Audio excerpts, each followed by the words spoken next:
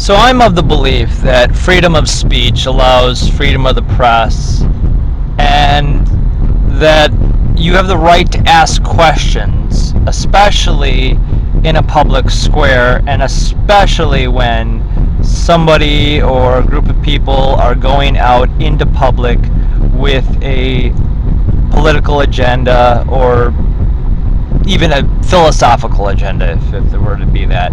But I see this more and more, that if you go up to political groups in public, and I'm not talking about getting directly in their face, I'm saying, a respectful distance of being, 5-6 feet away from them, but going up near a group of people with, a political agenda, maybe they're advocating for a politician or whatever, and you attempt to ask them questions. And yeah, don't scream the questions, but you're just attempting to ask some possibly difficult questions.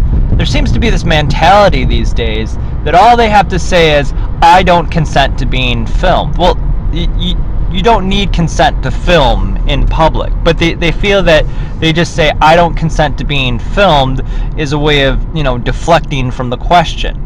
And I've seen this a lot over the last few years, but more recently, this last weekend, I attempted to ask these Bernie Sanders people, and they're not even technically volunteers. They're not even officially part of the campaign. They're just people going out and promoting Bernie, who apparently are being ignored from the campaign itself, is what I found out. But I attempted to ask them about Bernie's receiving, hundreds of thousands of dollars from companies that manufacture things like the F-35 and drones, war manufacturers. And they immediately try to deflect the question back onto me. Well, what do you think about it? And I said, well, no, I'm asking you. You're the one out here with the candidate that you're supporting. And they refused to answer the question. And then they said that I was harassing them. And it's just like, this isn't the first time that these Bernie Sanders volunteers, or whatever you want to call them, just refuse to answer questions. It's just like, who are you? What's your agenda? What do you think about this? Well, let me now start asking you questions, guy with the camera, and start. A few months back, it was the guy was trying to ask me like what Democratic candidate I support, where I stand on healthcare and abortion and immigration and all these other issues, when it was like, no, I'm trying to get a sense of what your campaign members believe in. And it's just so incredibly annoying. I went out in 2016 and I interviewed a lot of people who were supporting Bernie, and I guess I was more talking to the supporters. I didn't really interview people that were volunteering or giving their time to Bernie Sanders. And things have changed a little bit in the last 3 years since Trump getting elected, and I guess you could definitely say there's a lot more paranoia on people that fall into that realm of Democrat whatever. But it's so crazy where you can't really get a serious answer out of any of these people. I mean, these are legitimate questions, and if you ask these same people, well, what about if there is a Republican promoting Trump in public? Would they have any problem about people sticking cameras in a Republican's face asking them questions? No. And I mean, you don't need permission to film in public. This is just, it really goes against the First Amendment.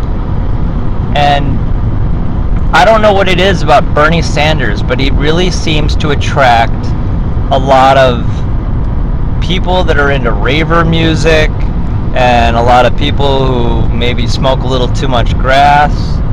And I mean, I sound so damn conservative saying that, but in 2016, Bernie looked great compared to Hillary Clinton, because even though there was technically 5 candidates who ran in 2016 as a Democrat, nobody remembers any of them besides Hillary and Bernie. I mean, there was Webb and O'Malley and Lincoln Chaffee, who also made it into the debate.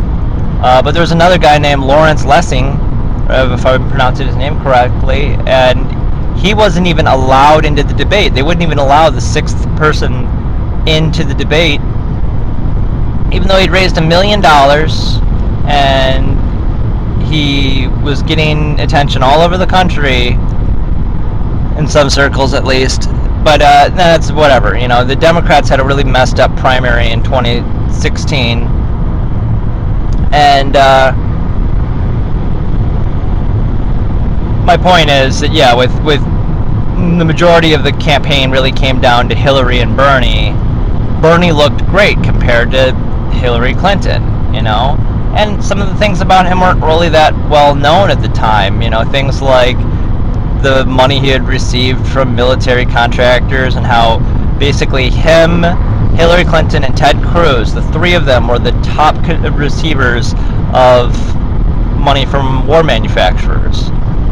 And there's a lot of other stuff about Bernie that's come out over the last couple of years, you know, a closer look at his record and so forth. But, you know, another thing that doesn't make any sense is, like, what people were looking for in Bernie in 2016 and what they're looking for in him now, it doesn't actually exist. And those policies you're looking for, you know, the things that Bernie Sanders supporters really want, could actually be better found in someone like Tulsi Gabbard, or somebody who's in the Green Party like, you know, Jill Stein. Neither of those two candidates are perfect. I would say they have their flaws, but you look at someone like Tulsi Gabbard and it's like, well, actually that's a much better candidate, a veteran who is against the war and speaks out against these wars. And it's kind of funny, in some way Tulsi is now, you know, the underdog or whatever that maybe that Bernie Sanders was in 2016, you know, and it's like she's going to be ignored, she's going to be censored. And I'm not even necessarily fully for Tulsi Gabbard, but I think if the Democrats went with her, they'd have a better chance of winning. But I have to separate the supporters of Bernie Sanders from the people who are actively involved in the campaign.